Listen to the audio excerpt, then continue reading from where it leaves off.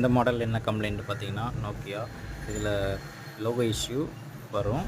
அதாவது water damage ஆனாலோ இல்லை வேறு ஏதோ ஷார்ட் இருந்தாலோ இந்த மாதிரி இஷ்யூ வரும். அதை நம்ம எப்படி சரி பண்ணுறோம் அப்படிங்கிறத நான் உங்களுக்கு எக்ஸ்பிளைன் பண்ணுறேன்.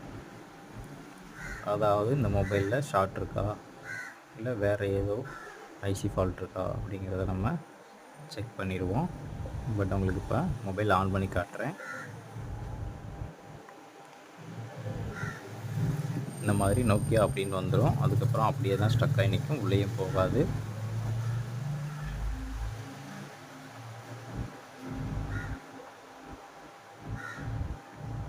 பார்த்தீங்கன்னா தெரியும், எவ்வளோ நேரம் ஆனாலும் நோக்கியா அப்படிங்கிற லோகோலேயே ஸ்டக் ஆகிடும்.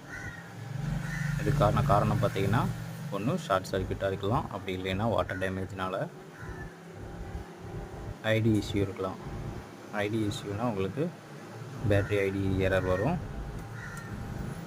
இப்போ நம்ம ஷார்ட் இருக்கிறதுனால உங்களுக்கு அதாவது டைரெக்டாக இன்புட் கொடுக்கும்போது உங்களுக்கு எந்த ஐசி ஃபால்ட்டாக இருக்கோ அந்த ஐசியை நம்ம ஃபைன் பண்ணலாம். கம்ப்ளைண்ட்டான ஐசியை நீங்கள் பார்த்தீங்கன்னா தெரியும், 2 இடத்துல பிளாக் தெரியும், அதாவது அந்த இடம் மெல்ட் ஆன இடம், அந்த ஐசியில் ஃபால்ட் இருக்குது.